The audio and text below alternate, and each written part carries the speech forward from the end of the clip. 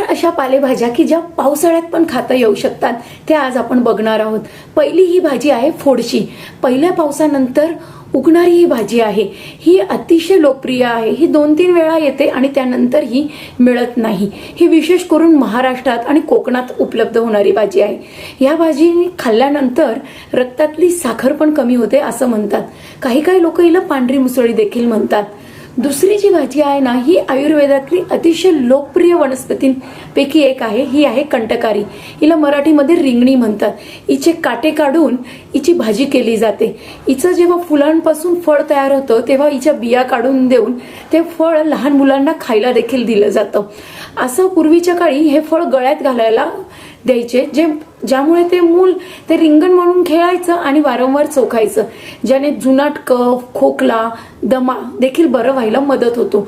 याशिवाय चिकट कफ, ज्येष्ठ मध आणि कंटकारी एकत्र दिल्यावर निघायला मदत होते। ही भाजी पण पावसाळ्यात खाता येते।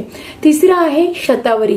ही अतिशय लोकप्रिय झालेली बहुउपयोगी स्त्रियांसह पुरुषांना सर्वांना उपयोगी पडणारी भाजी आहे। हिचे पानं, मुळे आणि जो विशेष शतावरी म्हणून आपण जो वापरतो तो कंद, या सगळ्यांची व्यवस्थित धुवून भाजी करता येते, विशेष आहे। चौथी आहे ती म्हणजे टाकळ्याची भाजी। ही दिसताना मेथीसारखी दिसते परंतु ही मेथीपेक्षा वेगळी आहे। ही वनस्पती आपण औषधी रूपात सुद्धा खाऊ शकतो। ही वनस्पतीचं वैशिष्ट्य असं आहे की ती शरीरातली बुरशी कमी करते, जंतू कमी करते आणि केरळकडच्या भागामध्ये तर याचे पानं सुकवून कॉफीऐवजी कॉफी म्हणून पण बनवायला वापरतात। ही पोट साफ व्हायला उपयुक्त आहे आणि त्वचेच्या आजारावर देखील उपयुक्त आहे। आपल्याला हे माहिती आहे की पावसाळ्यामध्ये आयुर्वेद हिरव्या पालेभाज्या खायला नाही सांगतो। इव्हन श्रावणामध्ये शाकव्रत मानलं जातं की आम्ही श्रावणापुरत्या हिरव्या पालेभाज्या सोडल्या। एक म्हणजे पालेभाज्यांमध्ये खूप जीवजंतू वाढतात, त्या स्वच्छ नसतात आणि आयुर्वेदानुसार पावसाळ्याच्या काळामध्ये शरीरातला आम्ल गुणधर्म वाढतो।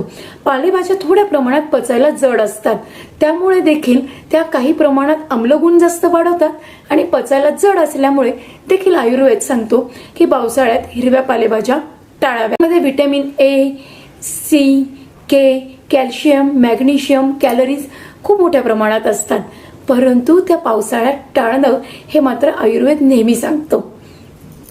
तुम्ही या 4 पालेभाज्यांपैकी तुमच्या भागात कुठली पिकते आणि तुम्ही कोणती खातात किंवा तुमच्या मार्केटमध्ये कुठली मिळते मला नक्की सांगा।